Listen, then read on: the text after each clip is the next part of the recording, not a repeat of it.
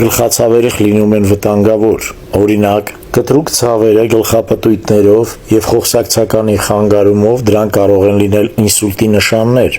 Այդ դեպքում շտապ պետք է կանչել շտապօգնություն։ Հաճախ գլխացավեր, որոնք լինում են 50 տարեկանից ավել բնակչության մոտ, կարող են խոսել նորագույնությունների մասին։ Պետք է կատարել MRT։ Եթե լինում են միակողմանի ուժեղ գլխացավեր, որոնք կարող են զուգորդվել սրտխառնոցով, փսխումով,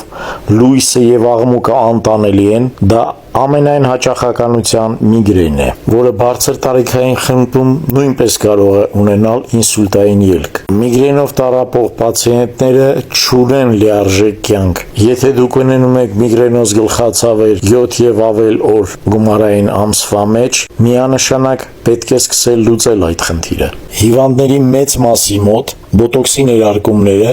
բերում են ցավերի հաճախականության և ուժգնության նվազման ամենաքիչը 50%-ից ավել։ Որոշ հիվանդներ ընդհանրապես մոռանում են միգրենոզ պրիստուպների մասին։ Բոտոքսի դրական արդյունքի ժամանակ մենք կարող ենք անել փոքրիկ կոսմետիկ վիրահատություն և լուծենք այդ խնդիրը արդեն ընդմիշտ։ Հաճախակի գլխացավերի լուծման համար դուք կարող եք գրվել կոնսուլտացիայի և բոտուլինոթերապիայի ստորին նշված համարով վիդեոհոլովակի տակ։